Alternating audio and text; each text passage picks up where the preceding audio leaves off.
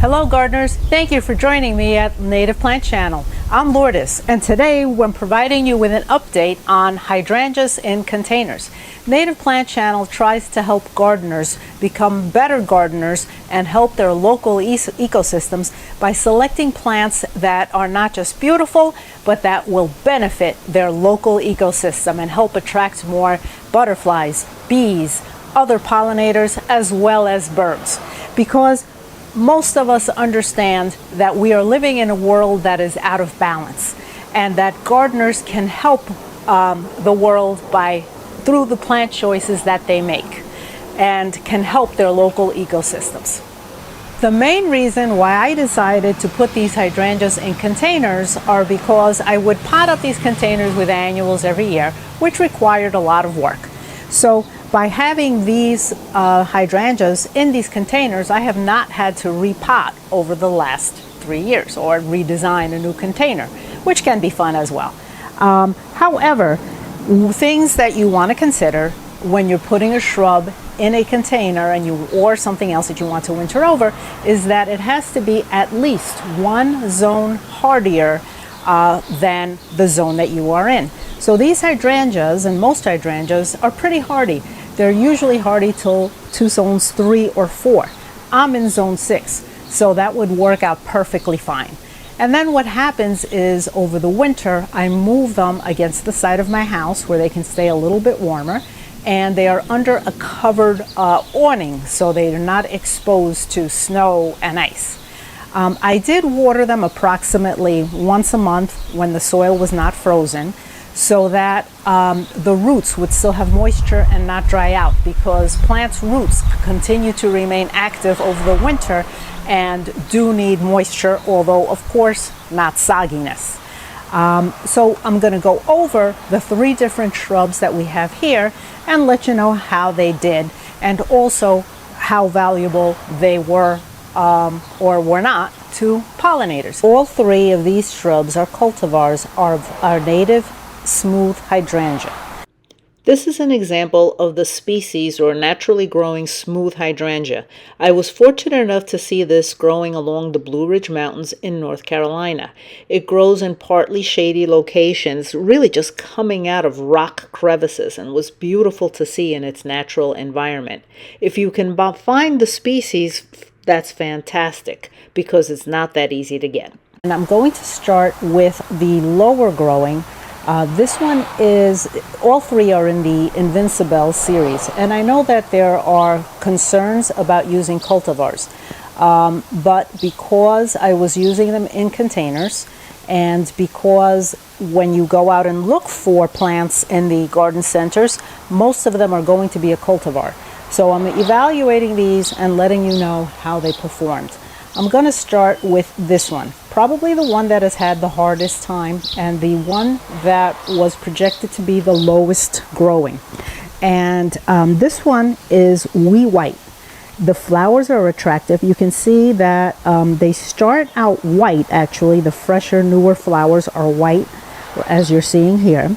And then they turn more to the lime color. The flowers are very attractive. You can see that it is floriferous. And the one thing I would say about it is that I don't know if it's because it was in full sun, but the leaves are rather scorched. So it may be that I just gave it too much sun and put it in a location which too much sun. The others were also in a full sun location, but the others do not have scorched leaves like this one does. So the one concern that I do have about all of these 3 is that their value to pollinators was limited. They would have a few small flies, beneficial flies, flying around, but not a lot. No bees, no butterflies, but they did have some of the smaller flies buzzing around them. And hydrangeas are known to be the larval host plant for the hydrangea sphinx moth.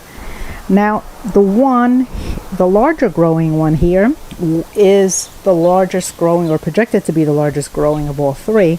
And this one is Invincibelle Limetta. it also starts out with white flowers that turn more to a lime color. This one in the ground can be up to 48 inches tall. It has not gotten that tall in the container, but that's okay. I didn't really want a giant shrub. But you can see that it's doing quite nicely. The leaves on this one are healthier. The flowers are attractive. The third one that we're going to be taking a look at and discussing more is the more attractive, or my favorite, of course. This is all a matter of personal choice. But this one is Mini Mauvette. And I love the color. It's a very pretty color. The leaves have also been, very healthy, have stayed very healthy. They have not scorched, even though they've been under the same conditions. The color starts out a deeper color and then gets lighter as it opens up. And of course, hydrangeas in general, are great plants for drying if you're familiar with them. You can leave them on the plant. They'll still look attractive, have a nice architectural form.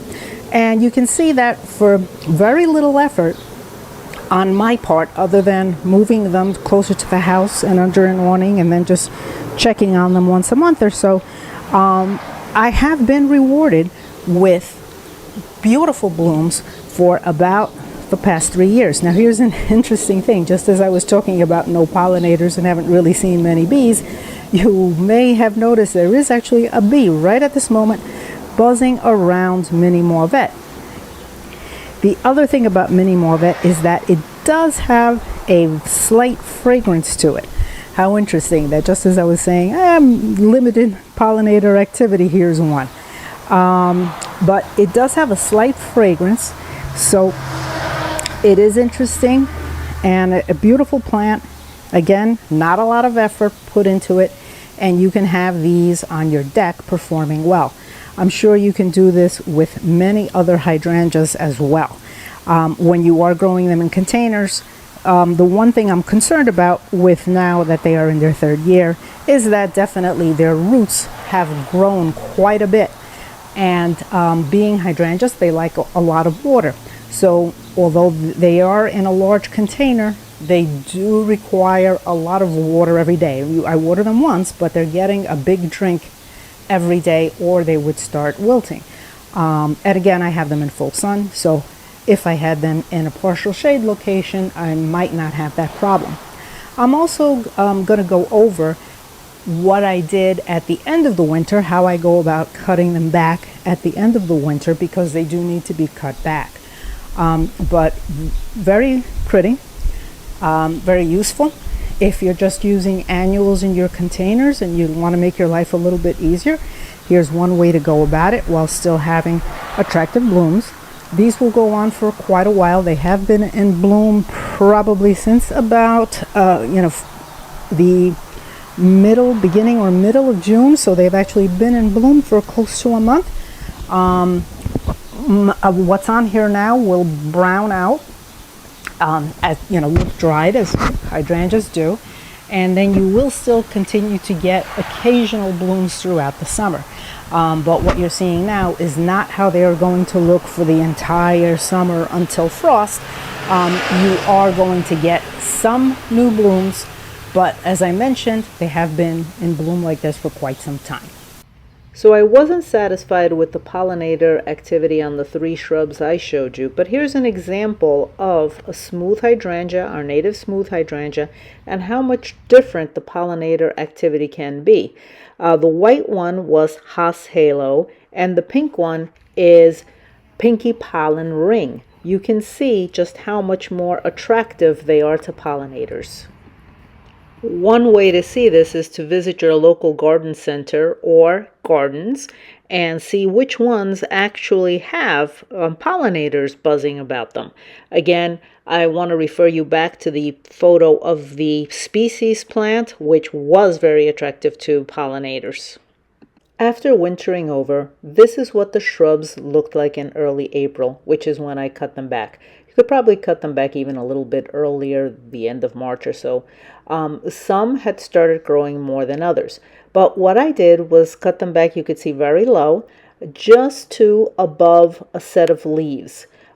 This way the plant could remain more compact in the container, and you can see that they produce flowers quite well.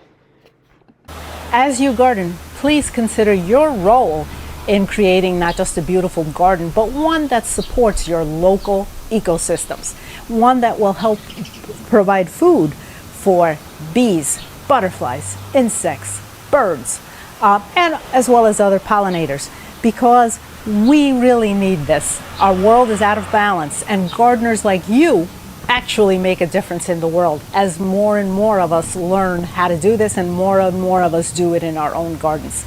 So I thank you so much for what you're doing. I thank you for tuning in today to Native Plant Channel. Please take a look at some of our other videos. Please take a look at our Facebook page and subscribe so that you can be updated when a new video is posted. Have a great day.